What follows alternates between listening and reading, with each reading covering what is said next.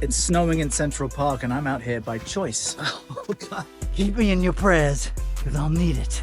So I wanted to use this opportunity to pull out the phone to show you my 3 top pieces of advice and how you can shave time off your half marathon. This man just broke the half marathon record by 48 seconds using some of these methods. I'm gonna do this interval 6 times, and each time I finish, I'm gonna share with you one important detail of why this will help shave seconds off your half marathon. And some brand new research suggests you don't need to get your speed up, you just need to get your weekly mileage up. We're out here. I'm a very competitive person, even with strangers, apparently.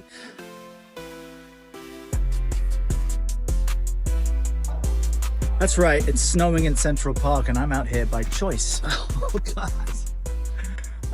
And stupidly on the snow. So let me not move so I don't slip and hurt myself. Why am I out here? I'm training for a half marathon. And if you remember when I was training for a marathon and I took some weeks off to have summer vacation, and I took time off from running, I said if I could do this again, I would at least do my long runs. So now that I'm training for a half marathon, despite it being freezing outside and snowing, I picked my lazy behind up and came out to do my long run for this half marathon, which by now, 4 weeks out from the race, is an actual half marathon. So I wanted to use this opportunity to pull out the phone to show you what snow in Central Park looks like and to share My top 3 tips in how you can shave time off your half marathon, and that includes doing long runs as I just completed. That helps build your endurance and includes easy runs. Do interval runs, which I'm about to demonstrate to you in a few seconds, and do pace runs. That gets you used to running at race pace for many miles. And by the way, I am aware that I probably look like a cartoon character wearing what I'm wearing. That is apparent to me. Make sure you get your long runs in. And hopefully this man inspires you to incorporate these tips into your workouts. Why? Because Jacob Kiplimo from Uganda just broke the half marathon world record by 48 seconds. That's a major jump, and he's the first person to complete the race in under 57 minutes. And yes, he's a top athlete. He trains at high altitudes. He runs events all around the year. But take a look at his training. It does include long runs, fartleks, which are basically intervals. This is a Swedish term, and steady state long runs. But there's no reason you can't incorporate some of what this top athlete does in your runs. And surprise, I'm back at Central Park on a different day to show you how I do interval runs. It's not snowing, but it is still chilly, about 30 degrees, and some of the wind is making it feel as if it's 18 degrees. So you always have to get up outside your cozy home, layer up, and get your runs in. All right, here's what I'm about to do. I will be running for 800 meters at a 6-minute 30 pace, which for me is faster than I run the marathons. And I'll do that followed by a 90-second rest. I'm gonna do this interval 6 times, and each time I finish, I'm gonna share with you one important detail of why this will help shave seconds off your half marathon. It will then be followed by 400-meter intervals where I run them even faster. I think, let me check my notes, at a 6:15 pace, which is just nuts. That's followed by 60 seconds rest. I'll do that 6 times and then have a cool down run at the end. So without further ado, let's get on the road here. Let's get moving. And let me show you how I do these intervals. And a quick note, I've run 1.5 miles at an easy pace to get here and warm my body up. That beep means it's time to move at 6:30 pace. Here we go.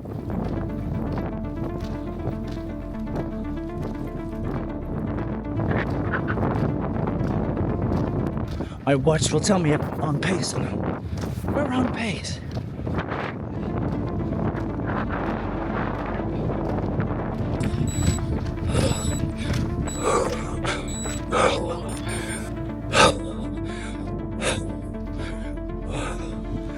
Oh my God. That was hard. Okay, had some uphills there. That made it tougher than I anticipated. But the first reason this helps you shave time is because it improves your aerobic and anaerobic capacity. Basically, that means it helps you and your heart get strong enough to run faster for longer, for sustained periods. And it's that alternation between what I just did, which I felt surprised by how challenging it was, and what I'm doing now, which is resting. And we're already out of time to do it again.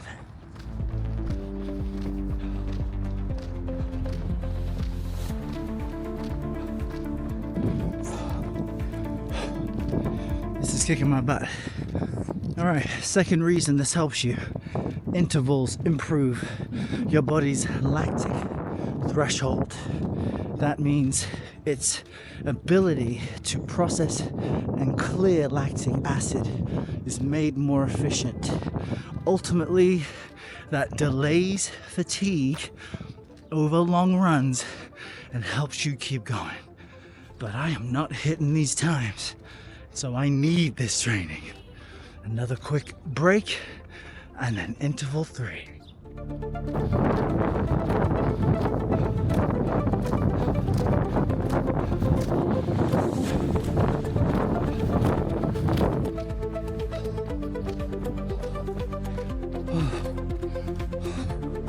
Your boy is feeling it.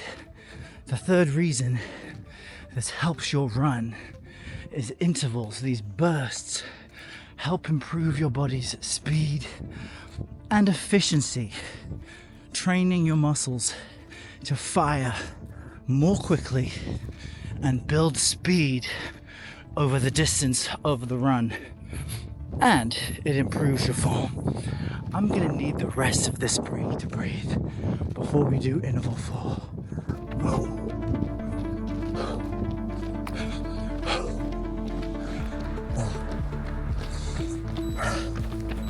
Oh, it's time already.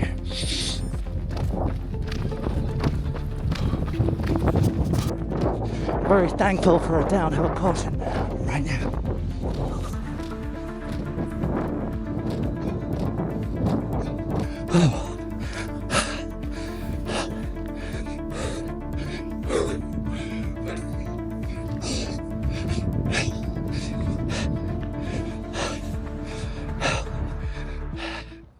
The fourth reason this actually is worth your time, I'm telling you as much as I'm telling me this right now, is that it improves your cardiovascular fitness, which means it's making your heart and your lungs more efficient in pumping blood throughout your body, which helps you run longer distances without as much strain. But as you can tell, I'm feeling the strain right about now.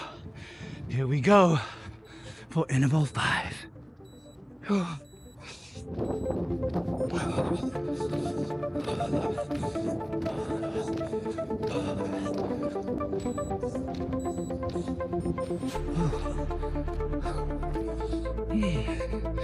I am not hitting my pace times, but I'm going to keep going even though. The fifth, hello. Come on now, we can't be cameraman and runner at the same time. We're gonna have to try. Oh well. The fifth reason this helps you is because it mimics race conditions, the different intensities, the different speeds, and yeah, no matter where you're doing it, at different elevations and inclines, helps your body get ready to changing conditions along the way. We've got one more interval and then I think a 60-second rest before we're supposed to go faster, for shorter. If you pray, keep me in your prayers, because I'll need it for this next interval.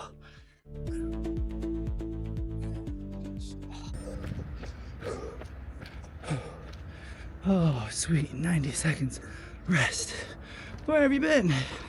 The sixth reason that interval training helps you shave time off your run is that it reduces the risk of injury because you've got these short bursts of intense energy followed by recovery. So that allows your body to push it, but it gives you these breaks which eases the stress load on your joints and on your muscles, which prevents or at least delays injury as much as possible. I have 1 minute to breathe before shortening the distance from 800 meters to 400 meters. So we're now talking about a single lap at an even faster pace. The goal is 6:15. But friends, I haven't hit the 6:30 pace at any point. So we're just gonna go. I'll see you on the other side.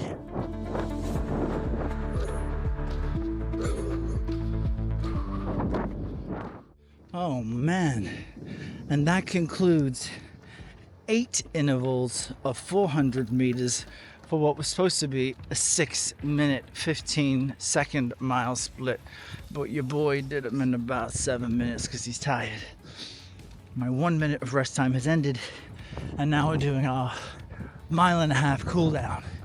And one of the things that strikes me as I do this is I'm beating myself up. I'm frustrated that I'm not hitting my pace times, but I'm also reminding myself I'm not an elite runner. I don't do this for money. This is not my professional career. I'm really doing this so that I can just stay fit and stay active and have, physical fitness goals in my life. And that reminds me of something I said in the training video for a marathon. Remember your why. Because it's a physical challenge, but it's more a mental challenge than anything else. And focus on your breathing, which also reminds me of this brand new study from the University of Hertfordshire. I'll link to it below, and it analyzed the Strava running data of 150,000 recreational runners, so not the Jacob Kaplimos of the world, but the rest of us. And it found that the training intensity distribution, or TID, among the fastest runners was closest to a pyramid, whereas most of their running time was spent on low intensity runs, like what I did in the snow in Central Park before starting this video. Then medium intensity runs, with the smallest portion on high intensity, like the intervals I just ran. And this was true across age ranges, gender, and experience level. So the bottom line, spend most of your time in low intensity zones. And of course, incorporate fartleks or intervals of varying degrees to supplement your skills. And these are important facts to remember while you're running, especially for me, because when I was doing my long run, What I'm trying to do is run at a comfortable pace. I actually have to think to do that. Why? Because when I run, I can't usually speak. I'm usually in like race mode. It may have to do with the short distance running I did when I was younger. I don't know. I have to teach myself to go slow. And in order to marathon train, run slower while training in order to go faster on race day. So I try to stay at like a 8:30 or 9-minute pace run. But I noticed that if I could think to myself, okay, can you have a conversation? Can you speak at this distance? Focus on that and not focus on the person who passed me and me trying to pass them. I'm a very competitive person, even with strangers, apparently. And I realized when I focused on that, I would bring down my pace. And by the end of this run, I wasn't completely exhausted, as I usually am. And any half marathon training program you follow is going to incorporate some mix of those very basic components: a long run, pace run, and something to build your endurance. So just mix it up and, do it even if you're unhappy and you're uncomfortable and you want to stay inside and be warm and drink, hot cider, right? Learn how to train when you don't want to, and you will unlock what it takes to shave time off your race. And the best part is you can dress up like a cartoon character and you won't be near anyone long enough for them to make fun of you. That's my general advice on how you can train for a half marathon. If you want to know more, watch this.